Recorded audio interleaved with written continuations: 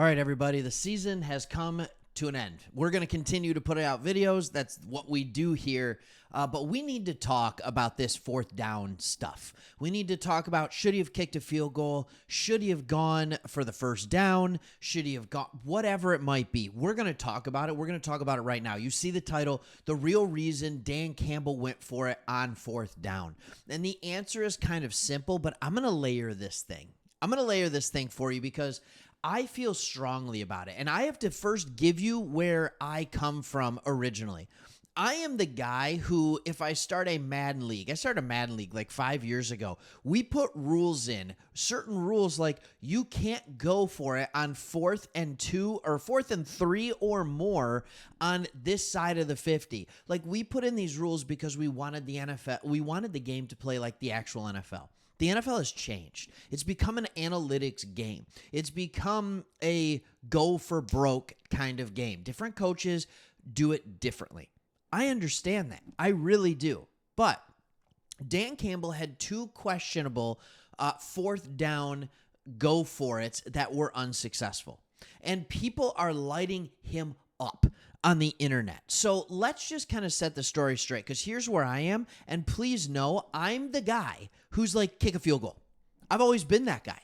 I've always been that guy. But this year, Dan Campbell changed my mind, all right, on that. And I'm not saying he'll be this aggressive next year. I'm not saying he won't. What I am saying is he did the exact same thing that he's always done.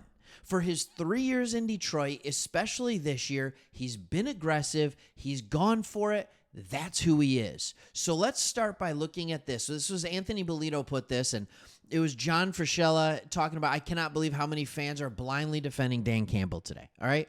Not blindly defending here. I promise. He put this up. The Lions were 15 out of 20. That's 75% of converting 4th and 3 or fewer in the regular season. They were also 2 of 2 during the postseason, making them 17 of 22. Now, you combine that. Badgley was going to have to go out there for a 48-yard kick. Badgley was 9 of 20 in his career from 48-plus yards. Worst among high-volume kickers in NFL history. Do you think Dan Campbell knows those stats? Everybody says take the kick. It's so easy to say because we're just assuming he's going to what? He's going to make it. He made a 54-yarder against was it the Rams that he made the 54-yarder or the Bucks? I don't remember. But it's just like, oh, like we're just going to assume he makes a 48-yarder. Like we got Justin Tucker on our team. Like that's not who our kicker is. And we can't blame Dan Campbell for that. That's a Brad Holmes issue. That's the one area. Well, actually, it's not the one area. We're going to talk about this a little bit more. You want to blame something, blame the fact that we have no kicker on this team. I'm telling you right now, if we have Matt Prater still, or if we have a Justin Tucker, or if we just have a top 10 kicker in the NFL, Dan Campbell doesn't go for it 20 times in the regular season. He doesn't go for it twice in this game. He kicks field goals because he can. I'm telling you, this guy isn't always just going to be nuts. All right, so if you're going to want to blame something, how about we sit here and we just realize that this team does have some weaknesses. All right, this right here is team defensive passing yards allowed. All right, passing yards allowed. The Detroit Lions were the third worst in the NFL with 4,562. And they weren't that far off from being the worst. All right, they ended the season by just giving up yards like crazy. The Eagles made the playoffs. Their defense fell apart. To find another playoff team, we got to go down here to the Rams. Okay, then to find another team, Steelers. All right, it's not easy. You have teams like the Browns who've only given up 3,100 yards passing, right? And then you have us who's given up 4,500. If a quarterback throws for 4,500 yards in a season, they're a fantastic quarterback. Like that's nuts.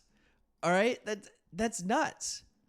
All right, right here, passing stats for quarterbacks. Jared Goff threw for the second most yards in the NFL this year. The second most yards, 4,575. And our defense gave up almost the exact same amount. You want to know why Dan Campbell keeps going for it on 2? Because you have a running game and an offensive line that is arguably the best in football. You have a quarterback who has the second most passing yards in the NFL. And you have a defense that has given up the third most passing yards in the NFL. All right, look at this. From PFF, Sutton, Vildor, 103rd, 105th. These are guys based on corners should not even sniff a starting role based on what they're being asked to do. Do I think if Sutton is playing corner number 2, his rating is closer to 60 or 65? I do. All right, but they're not there. Joseph, everybody was high on Joseph this year. He did not play good. He did not. Melifonwu, great. Love it. All right. This is not a complete defense.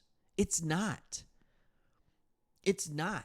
Anzalone's our best linebacker, and he barely has a starting grade. McNeil was phenomenal. Hutch was phenomenal. All right. Through the season, everybody else is not starter caliber based on their grades.